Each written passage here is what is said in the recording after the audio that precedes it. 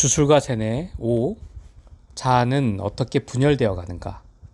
자아 분열의 과정.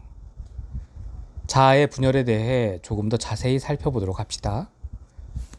주술적 사고로의 이행에 있어서 자아 분열은 입구와 같은 역할을 합니다. 그러므로 자아 분열을 막을 수 있다면 주술적 사고에 의한 세뇌를 막을 가능성이 매우 높아집니다. 앞장에서 다루었던 초자아의 처벌을 자세히 살펴볼까요? 많은 경우 우리는 소망의 대부분을 억압하여 무의식화합니다. 무의식화란 마치 어떤 물건을 보이지 않는 곳에 두는 것과 같습니다. 이렇게 우리의 눈에 보이지 않으면 마치 그것이 없는 것과 같이 느껴집니다. 하지만 실제로는 보이지 않을 뿐 그곳에 존재하죠. 우리의 소망 역시 마찬가지로 이를 억압하여 무의식화하게 되면 우리가 의식하지 못할 뿐 그곳의 소망은 사라지지 않고 존재하고 있습니다. 이렇게 이야기를 들으면 억압이 마치 나쁜 것이라고 생각하게 됩니다. 그리고 대부분의 사람들도 억압하는 것은 나쁘니 억압한 것을 해방하라고 이야기하기도 합니다. 하지만 억압이 없다면 사람들은 자신의 충동대로 행동하게 되고 그렇게 되면 사회가 유지되지 못합니다. 그러므로 억압은 기본적으로 긍정적인 기능을 한다고 보아야 합니다. 문제는 이 억압이 스스로를 공격하게 되면 생깁니다.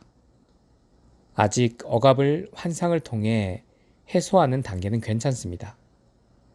그러므로 성적 판타지 같은 환상일 때에는 아직 억압이 자아를 공격하지 않습니다. 하지만 이것이 판타지를 넘어 현실로 일어날 때는 문제가 됩니다. 아직 자아의 억압이 일어나고 있는 단계에서는 평상시에 원초와의 소망과 감흥을 느끼지 못합니다. 반대로 무언가 느껴지는 것이 많고 감흥이 강렬한 삶을 살고 있다면 이것은 자아의 억압이 약해진 상태를 말합니다. 이것은 자아의 힘이 약해지고 있다는 증거이며 자아의 건강성이 약해지고 있다는 증거이기도 합니다. 그러므로 삶이 가슴 뛰거나 강렬한 감흥이 함께하는 삶을 산다면 자아의 억압 기능이 약화되어 있어서 정신병으로 이행할 수 있는 상태가 됩니다. 그러므로 아직 억압이 제대로 기능하며 무언가 강렬한 감흥을 느끼지 않고 있는 삶은 오히려 정상적인 삶을 살고 있다고 볼 수도 있습니다. 판타지가 현실화된다는 것은 명확한 인과관계를 가지고 그 판타지가 현실화되는 것을 말하지는 않습니다. 프로이트 심리학에서는 오이디푸스 승리자라는 개념이 있는데요. 이는 오이디푸스 컴플렉스를 가지고 있지만 실제로 오이디푸스 컴플렉스가 좌절되지 않고 어떤 식으로건 이루어져 버리는 경우를 말합니다. 예를 들면 어떤 남성이 유소년기에 가족들과 저녁 식사를 하던 중에 어머니가 아버지에게 누구누구가 아들 이름 누구누구가 당신보다 낫네 라는 말 한마디를 하는 순간 그는 자신이 아버지를 이겼다고 생각하게 됩니다. 바로 환상으로만 가지고 있던 오이디푸스 컴플렉스가 현실에서 이루어진 것이죠. 이와 같이 환상이 현실로 이루어질 때 초자아는 자아를 심판합니다. 분명히 나 자신과는 무관한 사건임에도 불구하고 그 환상이 이루어진 것만으로 자아는 초자아에게 처벌받게 됩니다. 이것은 내가 의도한 것도 아니고 내가 관련한 것이 아님에도 일어납니다. 예를 들어서 정말 싫어하던 사람이 있어서 속으로 그 사람이 죽었다고 생각했고 그것이 나와는 관계없이 실제로 일어나게 되면 초자아가 자아를 심판하게 되는 것입니다. 바로 무의식으로 억압하여 판타지로 견뎌내던 소망들이 현실이 되는 순간입니다. 이렇게 판타지가 현실이 되는 순간 자아는 충격을 받고 자아가 해리 혹은 분열됩니다. 그리고 이 순간은 슬픔이나 놀람보다는 죄책감이 우선적으로 일어나게 됩니다. 왜냐하면 자신이 내밀하게 감추고 있던 판타지와 소망이 현실화한 것에 대한 죄책감을 느끼기 때문입니다. 이 순간에는 무의식이 현실과 소망을 구분하지 못하는 상태가 됩니다. 바로 이 순간이 자아가 분열되는 순간입니다. 자아가 건강하다면 이렇게 분열된 상태에서 다시 빠르게 자아를 재구축합니다.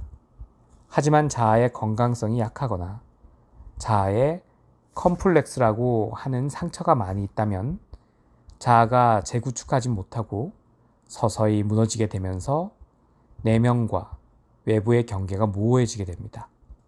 이렇게 내부와 외부의 경계가 불분명해진 상태를 경계성 인격 장애 보더라인 퍼스널리티 디스오더라고 합니다.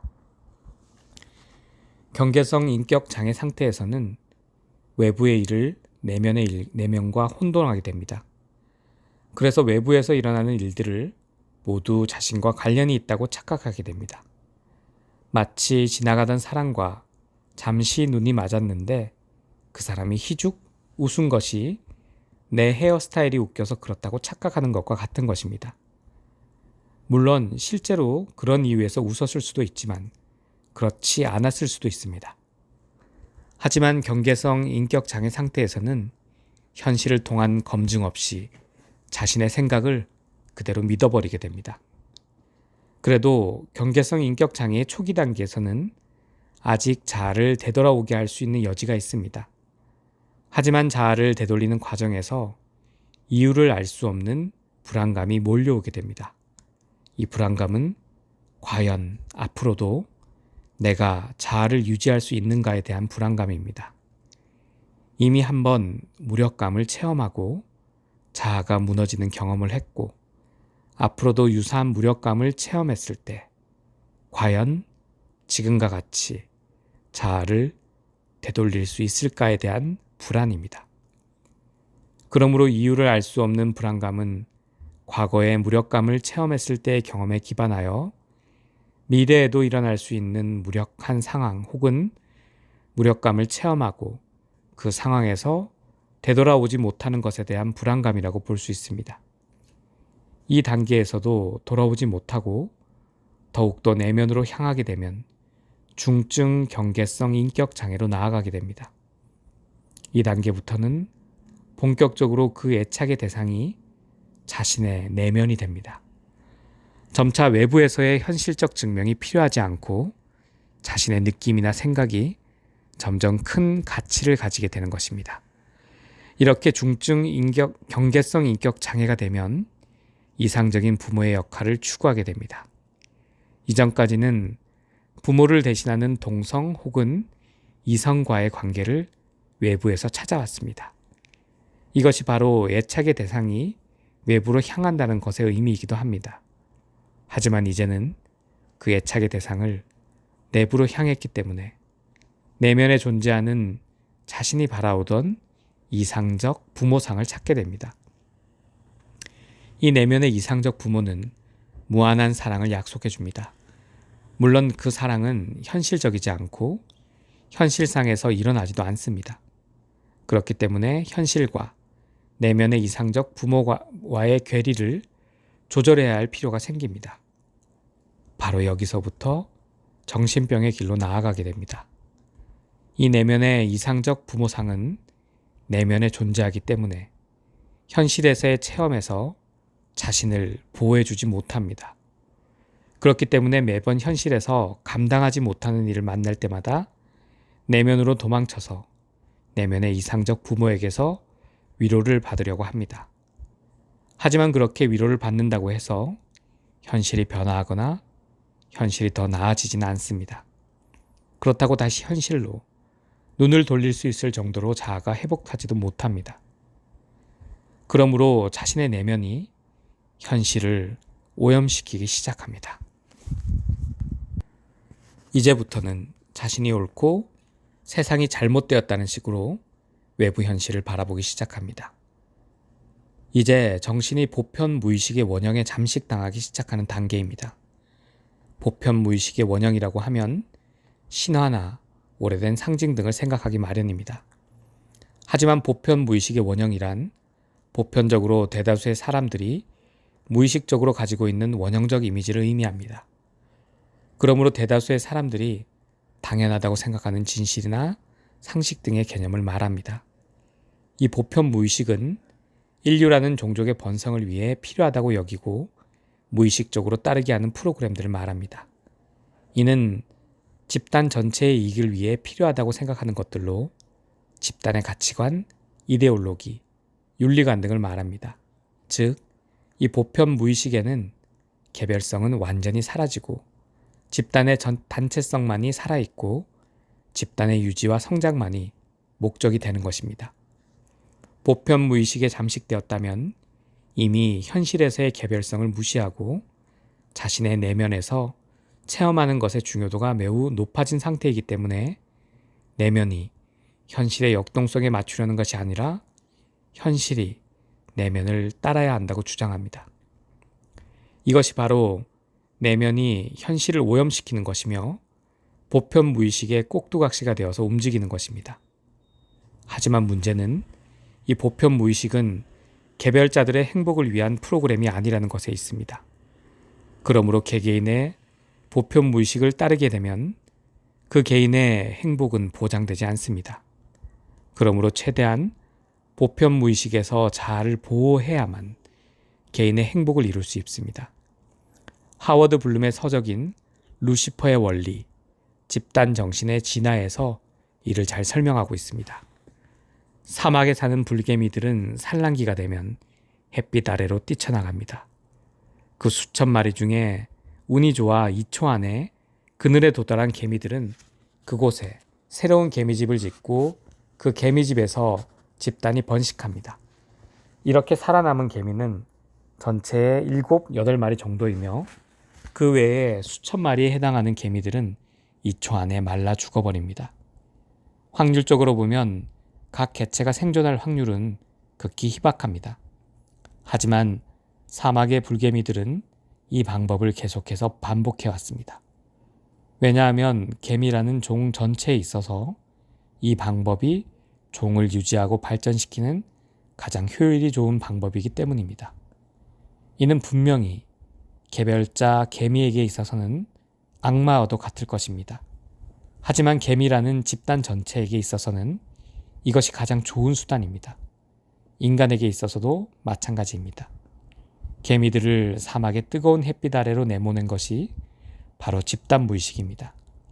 보편 무의식 원형이란 이렇게 해당 종, 즉 인류라면 인류 자체에 가장 최적화된 효율성 전략을 사용하기 위해 각각의 개체를 소모품으로 이용합니다.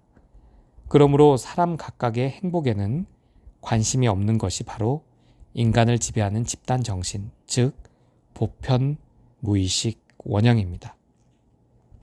이 보편 무의식의 목적은 오직 생존에 우월한 유전자를 지닌 개체가 많이 번식하여 인류의 존속이 계속되기만을 바랄 뿐입니다. 마치 성경에 나오는 생육하고 번성하여 땅에 충만하라, 창세기 1장 28절. 그 대목이 떠오르지 않습니까? 어쩌면 이 집단 정신이 인간이라는 종에 있어서는 신과 같을지도 모릅니다. 이러한 보편 무의식에게는 개체의 정신을 지키는 방벽이 바로 자아, 에고입니다. 그러므로 에고를 버리면 그 즉시 이 보편 무의식의 원형에 노출되어 버립니다. 그리고 이 보편 무의식의 원형이 주는 충동성을 자기 자신의 생각과 신념이라고 생각하고 행동해 버립니다. 이렇게 생각하고 행동하면 여러 번 말했듯 그 개인의 행복은 완전히 무시되어 버립니다. 사이비 종교와 사이비 교주는 신비한 사상이나 사회적으로 받아들여지지 않는 이야기를 하는 것만이 아닙니다.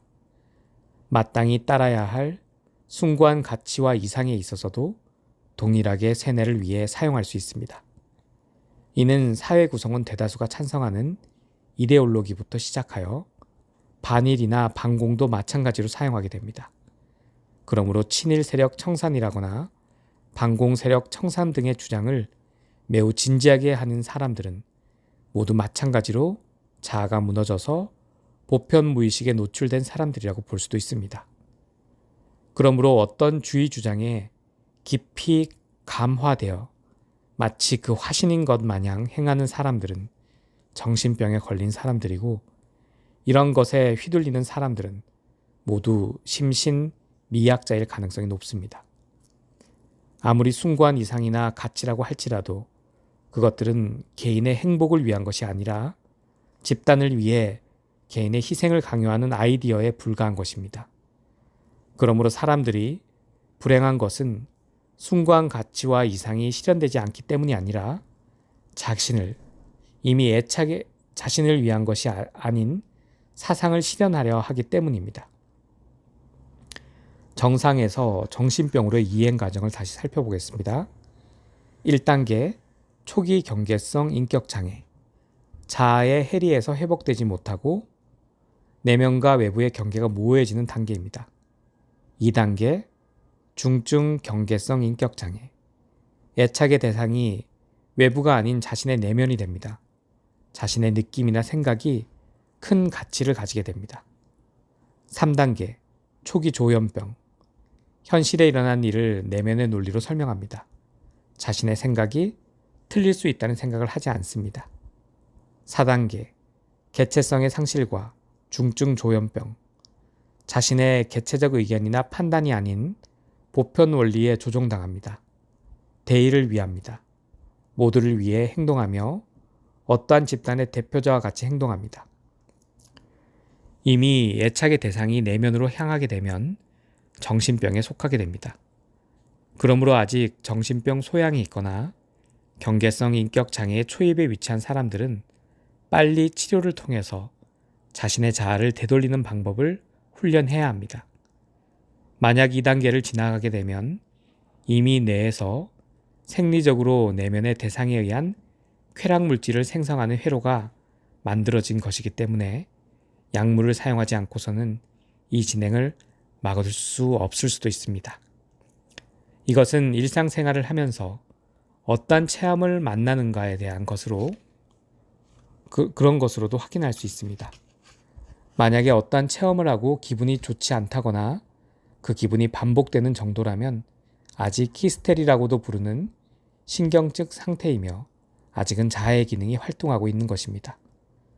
하지만 어떠한 체험을 통해 자신을 초월하는 거대한 존재를 느끼고 계속해서 그 존재를 느끼려고 한다면 경계성 인격 장애에서 정신병으로 이행하고 있는 것일 수도 있습니다.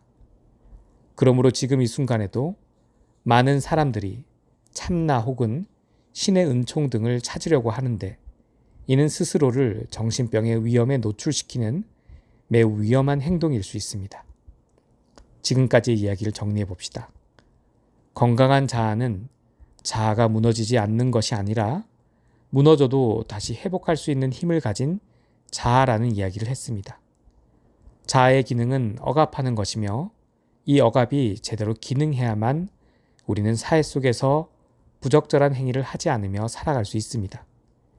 하지만 이렇게 억압해 두었던 소망이 우연히 현실 속에서 성취가 되었을 때 자아는 오히려 타격을 입습니다. 마치 감추어뒀던 비밀이 들킨 것처럼 현실의 소망이 성취되면 그 순간 무의식은 자신이 그 소망을 실현시킨 것으로 착각해버리죠. 그 순간 초자아는 자아를 처벌하여 자아를 무너뜨립니다. 여기까지는 누구나 평상시에 여러 번 겪는 일일 수 있습니다. 그러므로 이 일은 현상적으로 우연히 일어나는 것이지 노력한다고 피할 수 있는 것이 아닙니다. 중요한 것은 오히려 이 다음의 일입니다. 여기에서 다시 자아를 재구축하여 되돌아온 뒤에 다시 자아가 소망의 억압 기능을 할 수 있다면 매우 정신이 건강한 사람입니다. 혹은 이때의 기분이나 느낌을 알 수 없이 반복되는 정도라면 신경증 단계로 일반인의 정신 상태라고 볼 수 있습니다. 하지만 자아의 회복력이 떨어지거나 심리적인 상처 등에 의해 자아가 다시 되돌아오지 못하게 되면 내부와 외부의 경계, 자아가 불분명해지게 되며 이 단계를 경계성 인격장애라고 합니다. 경계성 인격장애 상태에서는 외부에 일어난 일의 원인을 자신에게서 찾으며 세상 모든 일의 원인이 자기 자신이 됩니다. 심지어는 온라인에서 본 적이 없는 사람이 기분이 나쁘다고 글을 올려도 사실 그 사람이 기분 나쁜 것은 자신이 어제 그 사람의 글에 달았던 댓글 때문이라고 생각하는 경우도 있습니다. 아직 경계성 인격 장애는 자아를 재구축할 수 있는 단계입니다. 하지만 이 상태에서 더욱 내면으로 집중하게 되면 정신병의 단계에 들어갑니다. 이 단계에서는 조현병의 초기에 해당합니다. 조현병은 과거 정신분열증이라는 병명으로 불리기도 했습니다. 자아가 완전히 부서지기 직전의 상태이며 외부에 일어나는 모든 현상을 자신의 믿음과 신념에 맞추어 왜곡하기 시작합니다. 예를 들어 자신이 호감을 보인 여성이 자신에게 매몰차게 대한다고 해도 자신의 신념이 틀렸다고 생각하지 않고 상대 여성이 부끄러워서 매몰차게 대한 것이라 생각하는 등 합리화를 하기 시작하는 단계입니다. 그러므로 이 단계에는 현실에서의 결과에 따라 자신의 생각과 신념을 조정하는 것이 아니라 자신의 신념과 생각은 변하지 않고 현실에서의 결과에 나름의 이유를 붙여서 자신의 정신으로 현실을 오염시키기 시작합니다. 조현병이 더욱 진행되면 더 이상 자아는 그 흔적도 남지 않고 보편무의식의 지배를 받기 시작합니다. 이 단계에서는 개별적 특성은 모두 무시된 채로 집단을 위한 사상과 이데올로기에 지배받아 그 아이디어의 화신과 같이 행동하게 됩니다. 그러므로 어떠한 종교적 신념을 과도하게 믿고 주변 사람들에게 종교 믿기를 강요한다거나 자신의 생각을 따르지 않는 사람을 매우 가열차게 비난한다거나 하는 경우가 조현병 단계에 속합니다. 조현병 상태에 들어가면 자신을 넘어서는 매우 거대한 존재의 체험을 하게 됩니다. 이는 보편 무의식의 원형을 체험한 것이며 이미 자아가 흔적도 남지 않고 사라진 상태이므로 보편 무의식의 영향력이 그 정신에 영향을 주고 있는 상태입니다. 심지어 무의식에 있어서는 긍정적인 태도를 보였던 칼 융조차도 보편 무의식은 통합의 대상이 아니라 추방의 대상이라고 할 정도였습니다. 이렇게 자아가 무너지게 되면 그 사람은 특정한 사상과 주의 주장을 전파하는 단말에 지나지 않게 됩니다. 그러므로 이 단계가 되면 쇠뇌의 최종 단계에 도달했다고 볼 수 있으며 자아가 무너지면서 접한 사상 혹은 주의 주장이 무엇인가에 따라 그가 따르는 아이디어가 무엇인지가 결정됩니다. 이렇게 자아가 무너진 정도가 심하면 심할수록 주술적 사고는 더욱 깊이 쉽게 그 정신에 영향을 주게 되며 주술적인 행위를 하면 할수록 점점 더 자아는 쉽게 무너질 수 있는 구멍을 넓히게 됩니다. 여러 번 해온 얘기지만 이 자아의 붕괴의 시작이 되는 환경적 요인은 통제할 수 있는 것이 아니며 개인의 유전적 특성이나 성별, 지적 수준의 높고 낮음과도 관계가 없습니다. 그러므로 항상 스스로의 정신에 관심을 가지고 자아의 건강을 확인할 수밖에 없습니다.